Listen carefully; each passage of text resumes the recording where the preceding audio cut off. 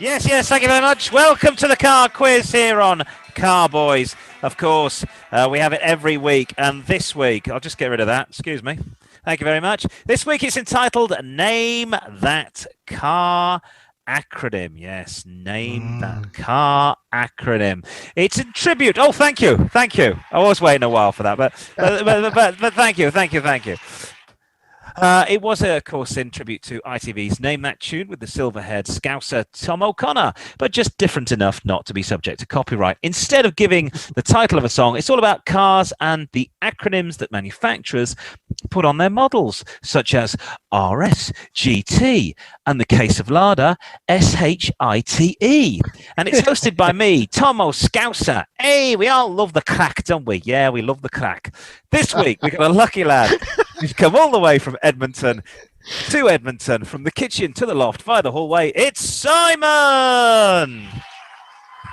Woo. How are you, Simon? I'm good. I'm looking forward to this one.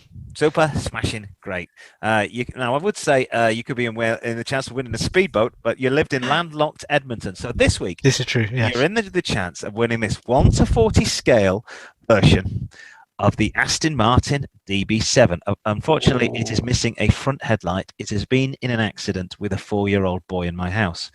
But the doors are still functioning. They still open. Seats work? The seats still move backwards and forwards. Actually, that is very much like a mid-90s Aston Martin as that seat's broken. Yeah, hang on. Yeah, the seat, does it go back? Hey, yeah, that's broken, that seat. Genuine Ford reliability. Yes. Yes, this is effectively a Mondeo, but it does come with a private reg. Look at that, DB7. That could be yours. Are you excited? I am very excited. Come on, DB7. And I will begin. This is a Focus RS. But what does RS stand for? It stands for Rally Sport? It stands for Rally Sport, correct. Right. Which is, of course, French for Rally Sport. Hang on, French, we go Rally Sport. And we go Rally Sport.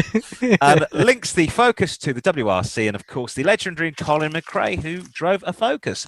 So well done. One, I have my pen somewhere, which has now gone walkabout. But yes, one out of 10 so far. Ooh. Sticking with Ford and the Sierra, the GLS.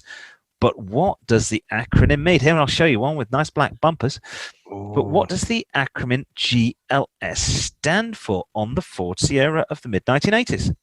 I think, I'm 100% sure. I know, is it Grand Luxury, but I'm not sure what the S was, so I'm going to go for Sport. Grand Luxury Sport was correct. Yes, well done. Of course it was Grand Luxury Sport, not the Great Long Sierra, as my little brother used to say in the 1980s. The Great Long Sierra. So 2 out of 2 so far. Off to the US now. And a classic from Pontiac. Before the Firebird, before the Trans Am, there was the GTO. But what meaning was the GTO? What was its meaning? So GT normally stands for Grand Tourer. I can give you a clue. If you know Italian, it will help you. Oh, Gran Turismo. Oh, no, that would be GT. Oh, Gran Turismo with hand actions. No. Well, we're going to give you half a point for that. It's Gran Turismo. This was a difficult one. Omologato. And I don't believe one owner of the Pontiac GTO knew the Gran Turismo, the new Gran Turismo Omologato, Omologato. Just in the same way that people that own the Jeep Rubicon don't know what the Rubicon means. Now, interestingly enough, the GTO was John DeLorean's idea. He of Northern Irish cars and cocaine in suitcases fame, and it's Italian for Grand Tourer Homologated, which officially means certified for racing in the Grande Tourer class.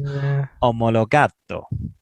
But no, not one owner of that knew what that meant. So we're 2.5 out of 3. We're doing good so far. Back to Europe now with a classic from the French, and I'm not talking about Emmanuel.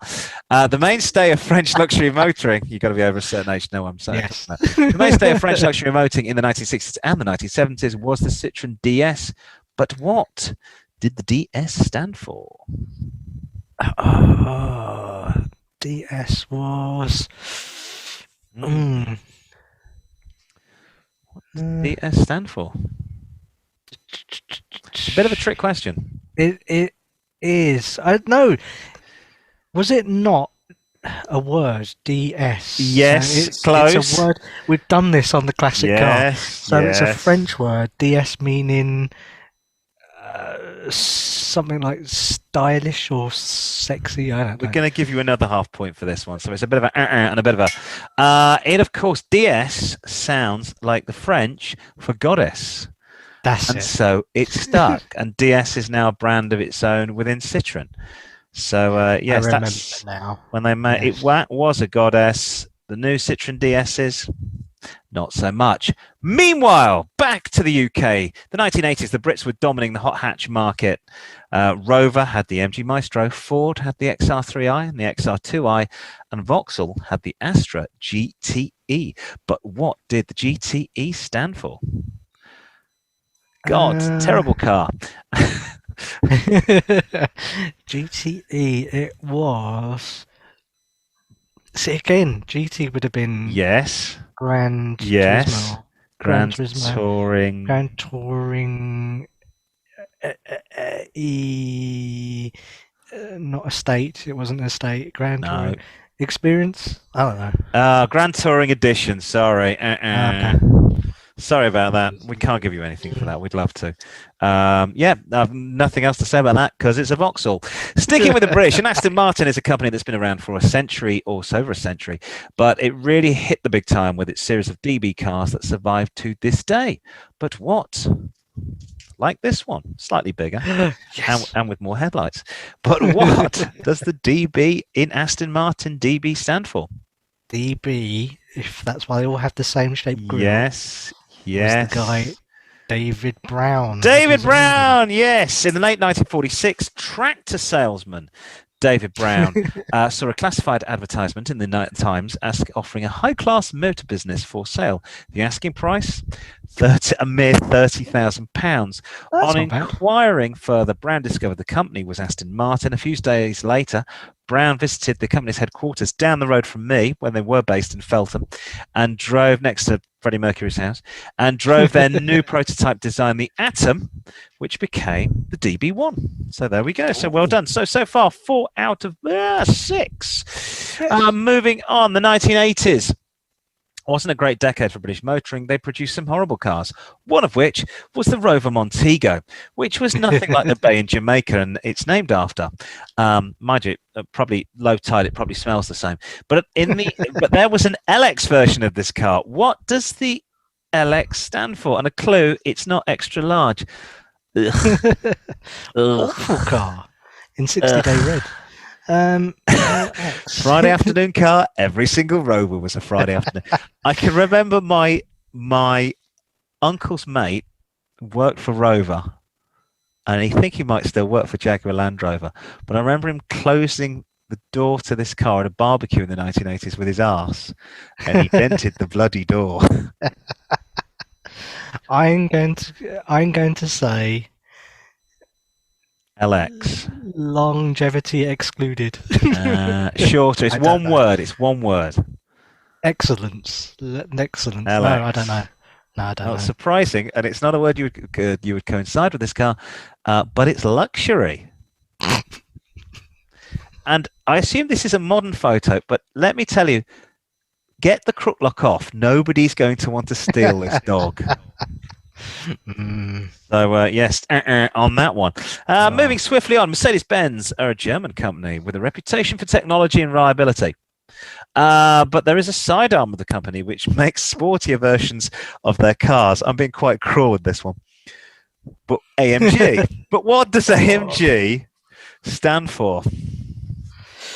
Oh, AMG. Austrian, Munich, German. No, it doesn't. Is it something group? Something? No, this is a hard one. I think I may have set this too hard. You probably need to be. The letters stand for Ocht Melcher Grosser Pact. Of course, it just trips off the tongue. I know. So Osfrecht and Melcher started the company, and Gross Bass Patch is the hometown of Ofrecht. And then they started in '67, and in '71 they formed Kraftwerk and had a hit with Autobahn in the late 70s. And of course, the model on the album Man Machine. She's a model and she's designing Mercedes Benz. Sorry about that one. Do you know what? I'm going to give you another half because that was particularly. Let's screw it. I don't care. Off to America now with a classic Dodge. And it's the SRT. What does SRT stand for? This is the Hellcat. I think they've used SRT for quite a few years now, but what is SRT in the Dodge stand for? I'm going to guess the R is of racing. Yes. Special racing tuning. Give you another guess. Street and racing technology. Street and racing technology. So none there. So it all hangs on the last one. We need to get over half. You bendy bully safe. Okay. And you won't be winning a Ford Polonaise FSO. Polonaise FSO, I should say, or a caravan or a speedboat. Because you live in a terrace house in Tamworth, but you could be winning this car. And if you do live in a terrace house in Tamworth, I'd probably leave it without the headlight. Otherwise, somebody's going to try and nick it, and you might want to get some extra locking wheel nuts for this. Otherwise, the local scallywags will have it on bricks. The last question, finally a classic from the United States, which goes all the way back to the 1950s and is still being produced to this day. The company is Chevy, the acronym SS. What does it mean? Nothing to do with the Nazis or the original Jaguar SS. It's American, so don't think too deeply here. Street special. I don't know. Oh, come on, you can do it. Supercharged scary vehicle. Super Smashing Great. Super Smashing Great was the answer. No, I was supposed to say, well, I'll give you half a point because I am Jimbo and you paid tribute to me. Or I'm Tomo Scouser. We're going to make that 5 out of 10. It was Super Sport. And first featured on the Corvette way back in 1957, the Chevy SS. They made the Fiesta in 1980. And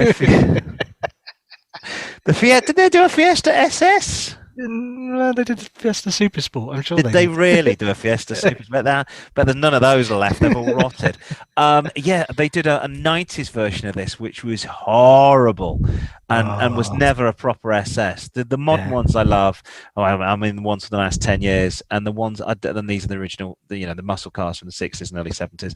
So 5 out of 5. We'll post this off to you. In fact, I will drive this round to you. I'll minimise myself. What have I got to do? 140 tooth. And I might have problems with this. That seat is moving quite horrendously on the inside.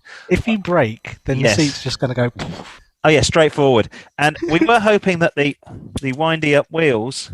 Hang on, which way? No. Yeah. I think the guts. It's a 25-year-old car that my son has managed to do even some more damage to. Poor little thing. He got hold of my original Starsky and Hutch. What is it? It's the Gran Torino. And he pushed the bloody red light into the car. What am I going to do? He has no point of reference. He doesn't know. I mean, I'm the stupid one for letting him play with it. And I was like, why is the red light gone into the car? I think he probably stood on it. Never mind. So well done, Simon. Thank you very much for taking part in the quiz. That is all from the show this week. That's all from us. You can get in touch in the usual fashion. And I managed to lose my piece of paper again. Easy. Just rewind it. Hang on. Have we got... Yes. No. Freeze frame. Hang on. We have to create an Aston. There we go. That's us. That's all right. Now we've got the Halloween music going off because I put it on continuous. Yes, that's it. Email carboys@outlook.com. All the usual stuff. Get in touch with us. That's it very much from the show. Thank you very much for tuning in. We will maybe be back next week. I am going on holiday. So it may or may not happen. I'll try. Anything planned for you this week coming up? No, nothing at all. Nothing. It's going to be in lockdown again. We better say goodbye then. Thank you. Goodbye. Bye.